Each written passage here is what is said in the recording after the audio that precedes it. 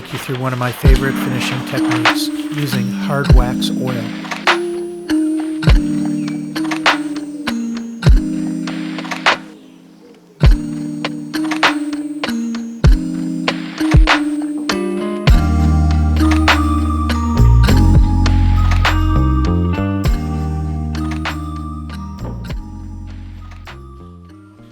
This small table is a perfect candidate for hard wax oil, as it's made from red oak, which is spalting and very porous. All surfaces have been hand planed, and now I'm using a tack rag to pick up any loose dust. It's important when using a tack rag to open it up fully to expose the surface, then lightly gather it back to dust the surface lightly.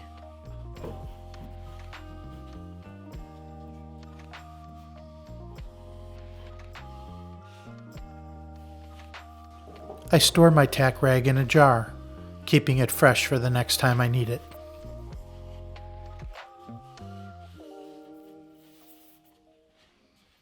This is one example of a hard wax oil. There are many available on the market today. I like to put my first application on with a scuff pad. I use the white scuff pad, which has no abrasive nature to it.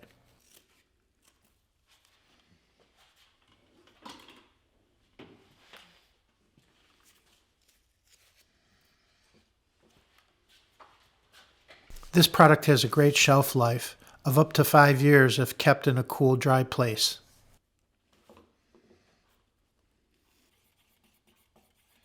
It's always a good practice to pour your finish from the main container into a secondary vessel so you don't contaminate the rest of your finish.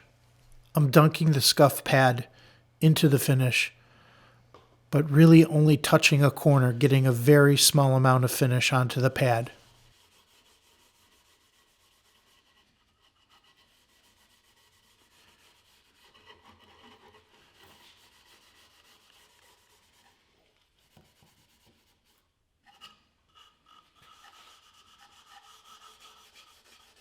When applying the finish, try to work it into the grains of the wood. Apply it across the grain or in a circular motion if you can.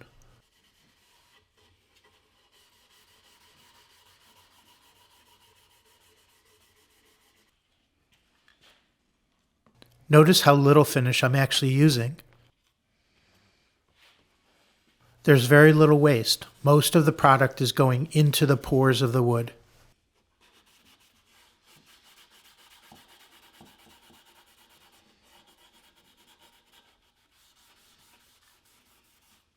On the end grain, pay particular attention to work it in carefully.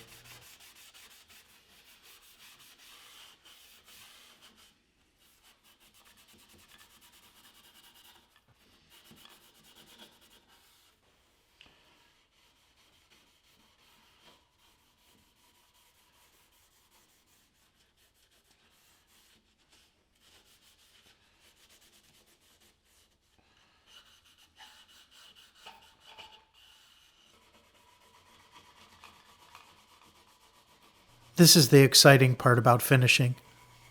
No, I'm just kidding.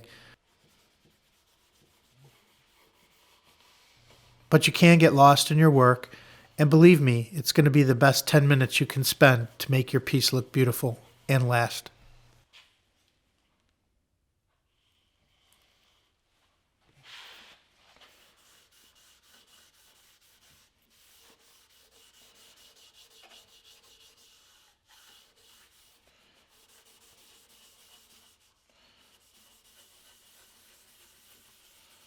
After scrubbing the finish into the grain with a circular motion, I try to end with a couple straight strokes to align the swirls with the grain.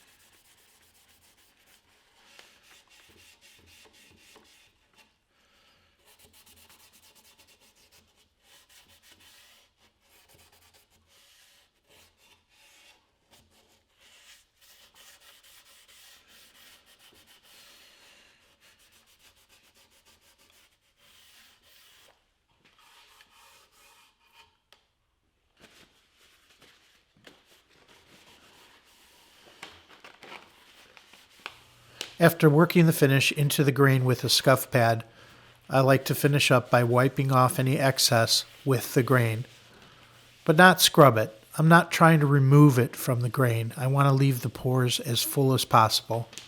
Just a light wiping.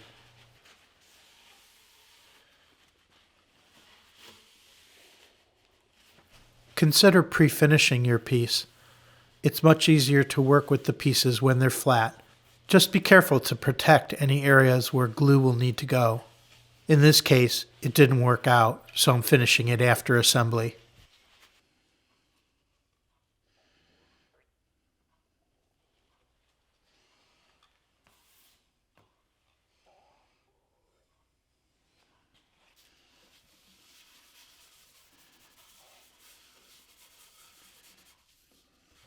On the top, you can really see how little finish I'm actually using and working it into the grain of the wood.